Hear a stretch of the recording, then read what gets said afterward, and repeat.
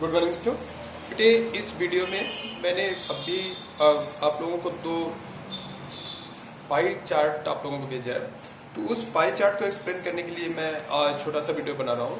तो उस pie chart को आप अपने नोट्स में नोट कर लीजिएगा और नोट करने के बाद फिर समझ लीजिएगा कि बच्चों मैं आपको बता दूं कि जो लैंड का यूजेस है वो time to time and place to place differ किया है।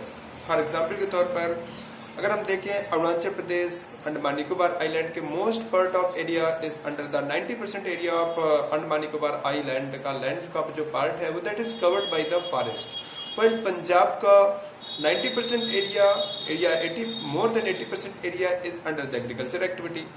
या राजस्थान का मोस्ट ऑफ एरिया बारेलैंड के पार्ट में आता है, out of agriculture out of use है। तो मेरे कहने का मतलब है और या हम एशियन टाइम में देखें तो most part of area was under the agriculture, otherwise बहुत थोड़ा एरिया अंडर एग्रीकल्चर पार्ट में था। Most part of area was covered by the forest entire India. तो मेरे कहने का मतलब सिर्फ ये है कि टाइम टू टाइम जैसे जैसे अब जैसे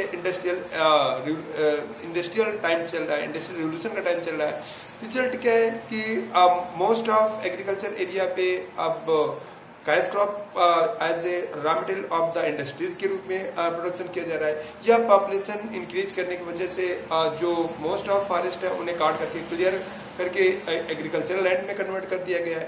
या जो नेट जोन एरिया था वो ग्रास जोन एरिया में कन्वर्ट हो रहा है क्योंकि there is more required of the food crop.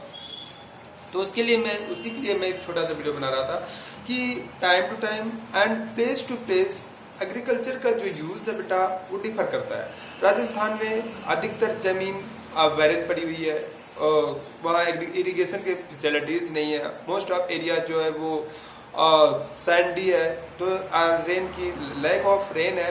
तो दिस इज रीजन की मोस्ट ऑफ वहाँ 40% एरिया पे एग्रीकल्चर की जाती है। या हम साउथ इंडिया में चले जाए, वहाँ का जो जियोग्राफिकल कंडीशंस है, अधिकतर एरिया माउंटेनस प्लेट्यूज है। तो जिस वजह से अधिकतर एरिया में प्लेट्यू है, तो वहाँ पर एग्रीकल्चर एक्टिविटीज़ अच्छी से नहीं की जा सकती है। वहीं पंजाब एंड उत्तर प्रदेश के बारे में जब हम बातें करते हैं तो पंजाब एंड उत्तर प्रदेश में we are finding it that is plain area, irrigation facilities है एंड एलिवियल सॉइल की एक्सेस है। तो अधिकतर most of area of Uttar Pradesh, Punjab, Haryana as well as Bihar वो अंडर एग्रीकल्चर एक्टिविटीज़ है।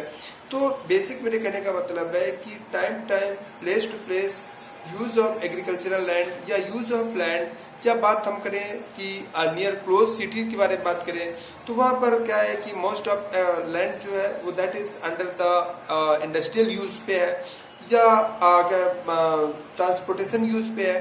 तो मेरे कहने का मतलब है कि इन सिटीज एरिया में मोस्ट ऑफ लैंड होम मतलब कंस्ट्रक्शन ऑफ होम्स के अंडर में है।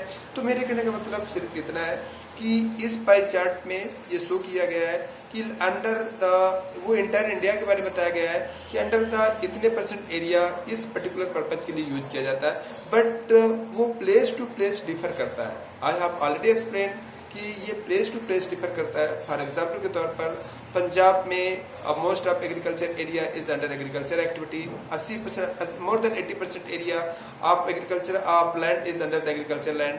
या उत्तर प्रदेश में more than 80% area is under the agricultural land. Same condition Bihar में भी है because of high population in Uttar Pradesh there is more requirement of the food, so most of area is agricultural. या उसी साउथ इंडिया में देखा राजस्थान की 40% 50% एरिया बैरल लैंड के under में आउट किया है।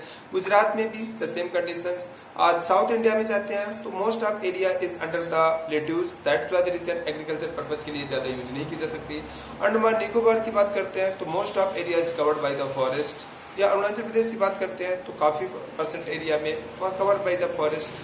तो ये है।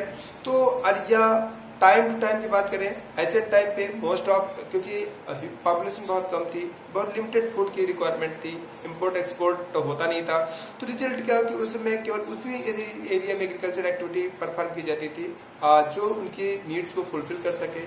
आज क्या है कि पॉपुलेशन बहुत ज़्यादा बढ़ गई है, that's why the region there is a large needs of the food products as well as export भी होता है। तो for this purpose most of land area is most of forest of the plain area has been cleared and agricultural activities is performed there।